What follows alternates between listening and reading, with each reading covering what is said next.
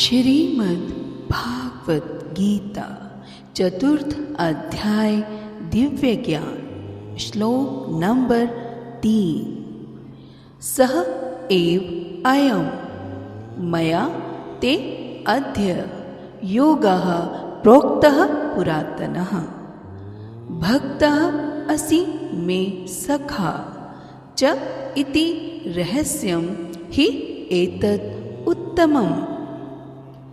सह वही एव निश्चय ही अयम यह मया मेरे द्वारा ते तुमसे अद्य आज योगः योग विद्या प्रोक्तः कही गई पुरातनः अत्यंत प्राचीन भक्तः भक्त असि हो में मेरे सखा मित्र च भी इति अतः रहस्यम रहस्य ही निश्चय ही एतत् यह उत्तमम दिव्य आज मेरे द्वारा वही यह प्राचीन योग यानी परमेश्वर के साथ अपने संबंध का विज्ञान तुमसे कहा जा रहा है, क्योंकि तुम मेरे भक्त तथा मित्र हो।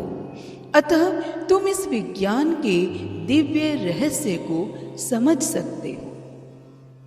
किसने कहा? श्री कृष्ण ने अर्जुन से कहा। तात्पर्य क्या है? मनुष्यों की दो श्रेणियां हैं, भक्त तथा असुर। भगवान ने अर्जुन को इस विद्या का पात्र इसलिए चुना क्योंकि वह उनका अनन्य भक्त था, किंतु असुर के लिए इस परम गुह विद्या को समझ पाना संभव नहीं है। इस परम ज्ञान ग्रंथ के अनेक संस्करण उपलब्ध हैं। इनमें से कुछ भक्तों के द्वारा भी लिखी गई हैं और कुछ असुरों के द्वारा भी। जो टीकाएं भक्तों द्वारा की गई हैं वे वास्तविक हैं, किंतु जो असुरों द्वारा की गई वे व्यर्थ हैं। अर्जुन श्री कृष्ण को भगवान के रूप में देखते हैं, मानते हैं। अतः जो गीता भाष्य अर्जुन के पद चिन्हों का अनुसरण करते हुए किया गया है वह इस परम विद्या के पक्ष में वास्तविक सेवा है। किंतु असुर भगवान कृष्ण को उस रूप में नहीं मानते। वे कृष्ण के विषय में तरह तरह की मनगढ़ंत बातें करते हैं और वे कृष्ण के उपदेश मार्ग से सामान्य जनता को गुमराह भी करते रहते हैं।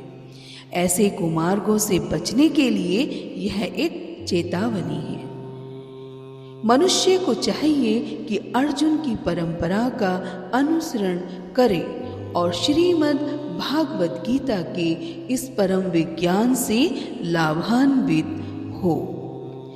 That very ancient science of the relationship with the Supreme is today told by me to you because you are my devotee as well as my friend and can therefore understand the transcendental mystery of this science. Purport.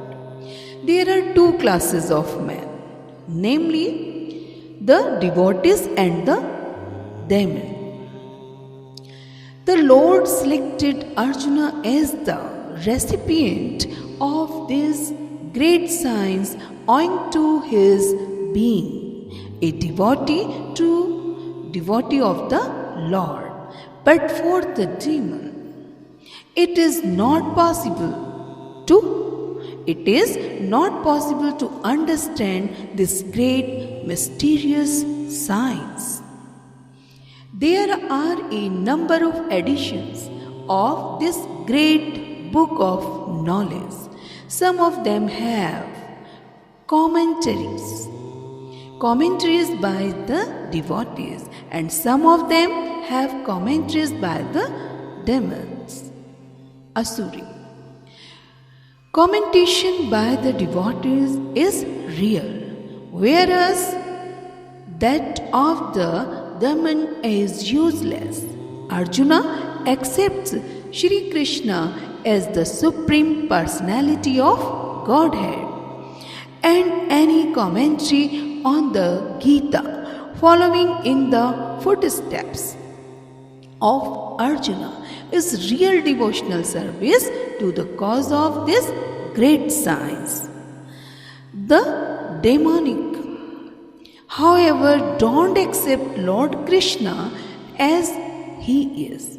Instead, that concoct manganat something about Krishna and mislead generally readers from the path of Krishna's instructions.